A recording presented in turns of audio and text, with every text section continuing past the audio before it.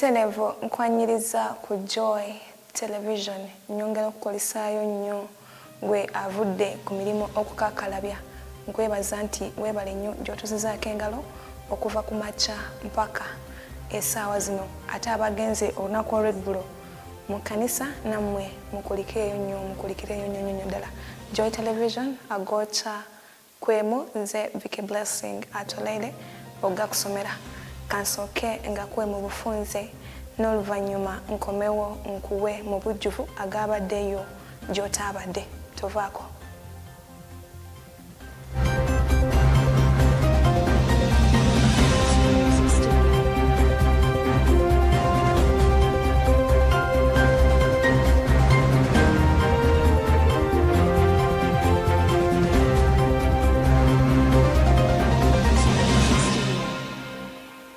Gano ge mawulire mu bufunze.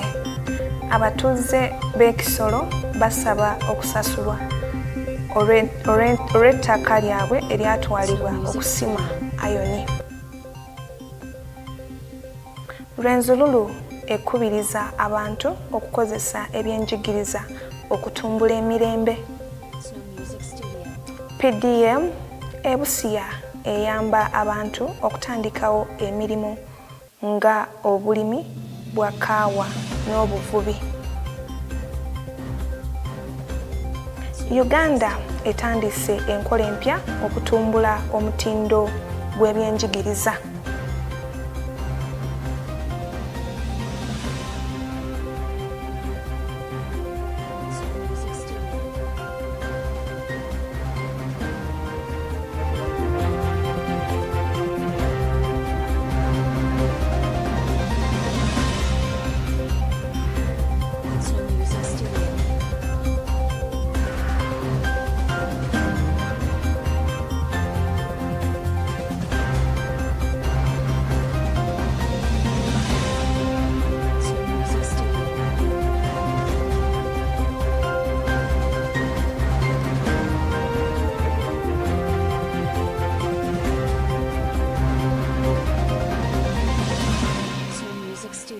Nkukulisaayo nnyo mu mawulire mu bufunze ke kaseera nkuwe amawulire mu bujjuvu bwagwo agabaddeyo gy'otaabadde era katwegattako amawulire agoocha kwemu gaakatandika. Wano tutandise n'abatuuze b'Ekisolo basaba okusasulwa olw'ettaka lye bagamba nti lyatwalibwa okukolebwako emirimu gy'okusima ayoni. Abatuuze bagamba nti ettaka lino lyali libeera n'ensimbi era basaba abakwatibwako okubasasula obulungi ennyo ddala. Katubirabe. For many families in the area, land is a major source of livelihood, supporting farming and other economic activities. The affected residents claim some of their land was allocated for mining without their consent, while others say they were either non-compensated or were offered alternative plots they consider inadequate. The dispute has created uncertainty among families who depend on the land for their daily livelihoods. During a visit to the affected areas, Deputy Resident District Commissioner Dan Kumwami said he identified cases where residents were cultivating land that had not been compensated for. Engineer yagambe bizibu byuba kubona no mu bantu nimwe kandi bali no babini imwe mupora muri kitiko. So nawe yikiza ngo ifoko yubashishire ali kureba kuyakora ki okwija katesa nimwe ngukonkana mwe muri kubarega esente zitashemerire. Site engineer Robert Mwembezi gave the company's position on the land acquisition and compensation claims. Washangaho sama yani disputes. Bali kubijire bakora compensation batangira hinda. Then baja badeni yabo nashi west yabo bajitika kai amataka g'abantu. Bakaba batakana babanja $3,600 batugambira twaje it's okay. Let's start complying from there. Then twajira even the community didn't have an access. But let's at least do an access for the community. That's the company that made this access. The dispute also involves questions over land surveying and the boundaries of the areas affected by mining activities, including sections where iron ore is being extracted. Still in RDC in front of him, ninyenda kumubuza eji company neha mukama wayo no. Ani milioni anamukaga alikusanya emitwalo 10. Abaye kizingene zo 7 milioni anamukaga n'emitwalo 10. Basushaka installment. The affected landowners are now calling for clear resolution on compensation, land boundaries and access to the land on which their livelihoods depend. Eyo nga tuvuddeyo nga tuzzeko mu Bwakabaka bwa Rwenzururu. Nga wano Bwakabaka bwa Rwenzururu bwongedde okukubiriza abantu okukozesa ebyenjigiriza n'amaanyi g'empapula okugonjoola obutakkaanya n'okutumbula emirembe mu kitundu kya Rwenzori. Obwakabaka bugamba nti abantu bwe bafuna ebyenjigiriza n'okukubaganya ebirowoozo kyongera ku nkulaakulana n'emirembe. Katubirabe. The Rwenzururu movement emerged in 1962 as a rebellion against Toro Kingdom, the supporters seeking greater autonomy for the Wakonzo and Bamba communities in the Rwenzori region. The conflict continued for years before the movement was formally recognized as a cultural institution in 2009, with Charles Wesley Mumbere installed as the Rwenzururu king. The kingdom now says education can help address some of the challenges that have historically contributed to conflict in the region by equipping communities with knowledge, skills and alternative ways of resolving differences. The call is linked to a 1982 message attributed to King Mumbere made as he descended from the mountains, emphasizing the importance of using the pen rather than a conflict to achieve change. Rwenzururu Prime Minister Right Honorable Kule Balitazale Benson says education should be used to promote dialogue and peaceful coexistence. From the struggle of the gun, the struggle of the spears, and now turn to the struggle using the pen.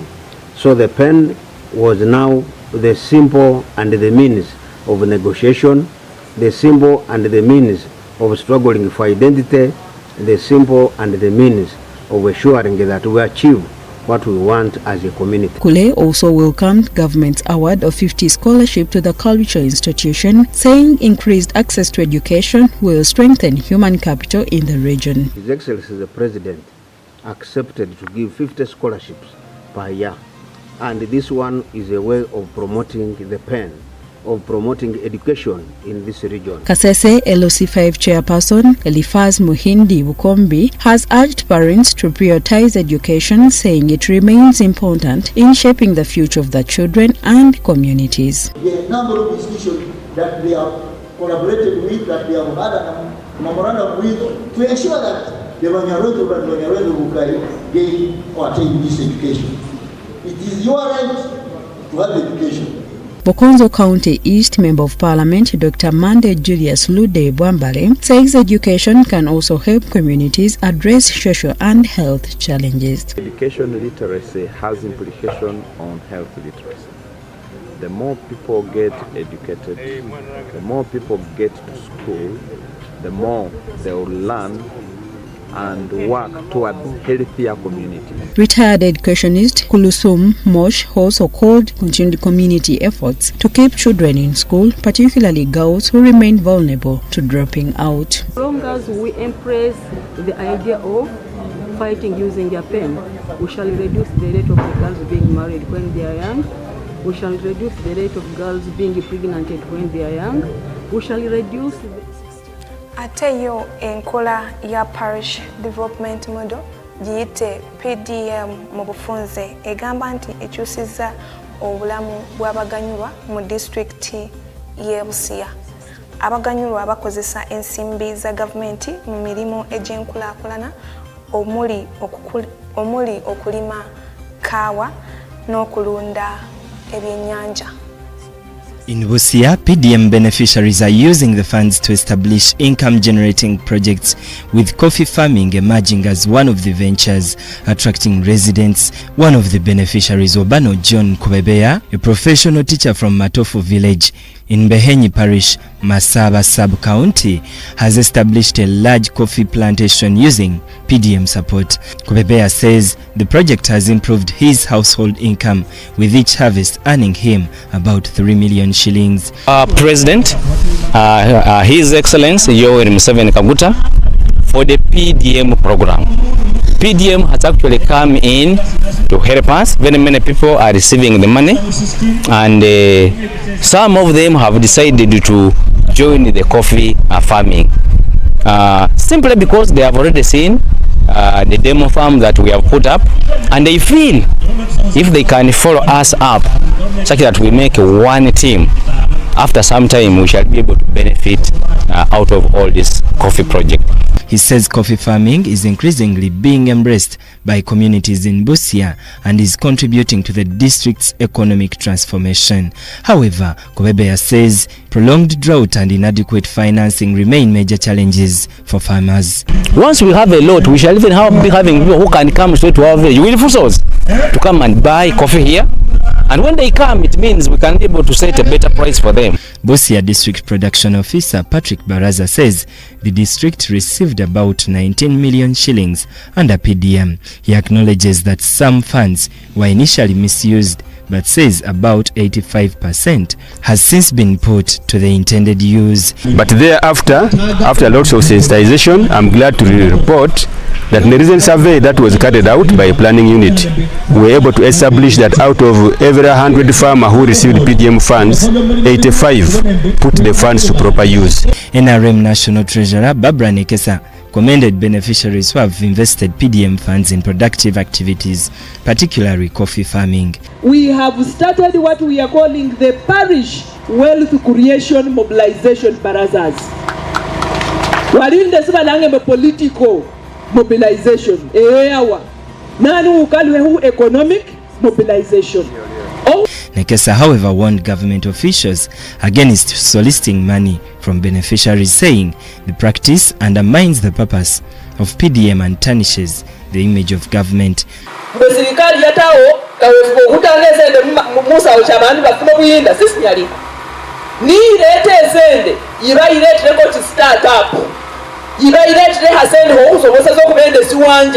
Samia Bugwe, Central MP Richard Wanyama also commended government for introducing PDM, saying the program has created opportunities for communities to improve their livelihoods.